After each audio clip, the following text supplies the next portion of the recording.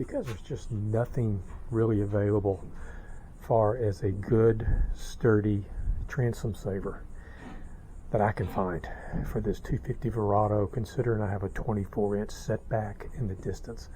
I'm going to see if we can build us a transom saver today. I'm using some aluminum tubing or pipe. I wish I may need to order something a little thicker than this. We'll see how this holds up. And put everything together and see if we can work us out a good, strong transom saver. Keep that motor from bouncing around back there, considering it's about 625 pounds bouncing down the road.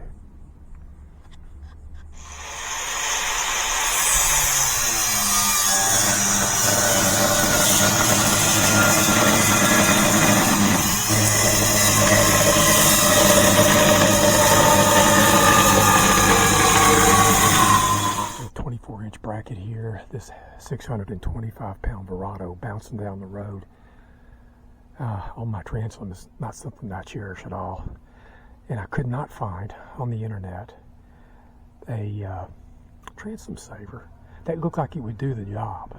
They weren't there, especially being so long. And this is just a basic idea. I went down to a place called You Build It. It's an aluminum supply house in Cape Coral, Florida.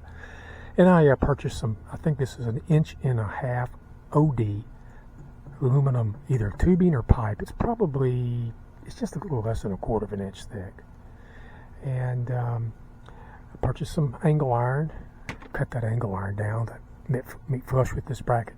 This bracket they had at the supply house, the aluminum supply house also, or you could use those brackets that clamp over the trailer for your axle and that kind of thing. It's up to you. But this was at the aluminum supply house. I believe it holds something far as awnings, partitions for aluminum structures. And went over to the marine parts house just down the street from that. Purchased one of these rubber V bow stops, the small one.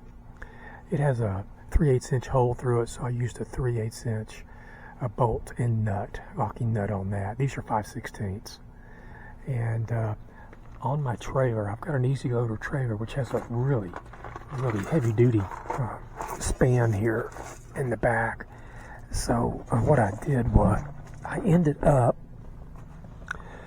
moving this light over. It was sitting here, and I used the holes for that light for these 3/8 inch industrial heavy duty angle iron. I cut that and used the holes for that, modified it, and also put some marine Loctite behind it. Put this on and let it sit for a few days. I took the roller pin.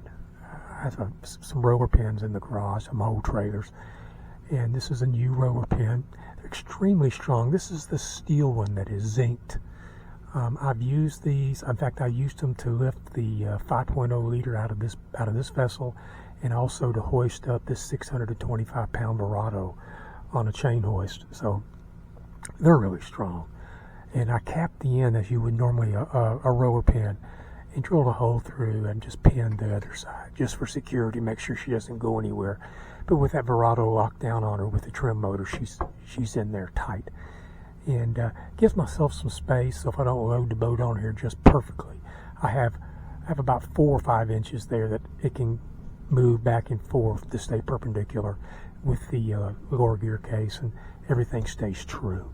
So that gives you some flexibility. I didn't find anybody out there that had a transom saver that I would trust with all this weight. But this should work.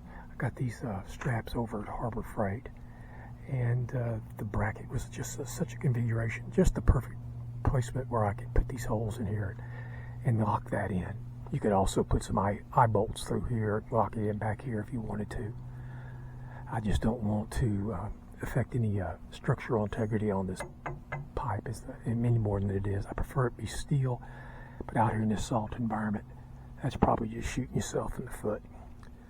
All right, guys, the project continues.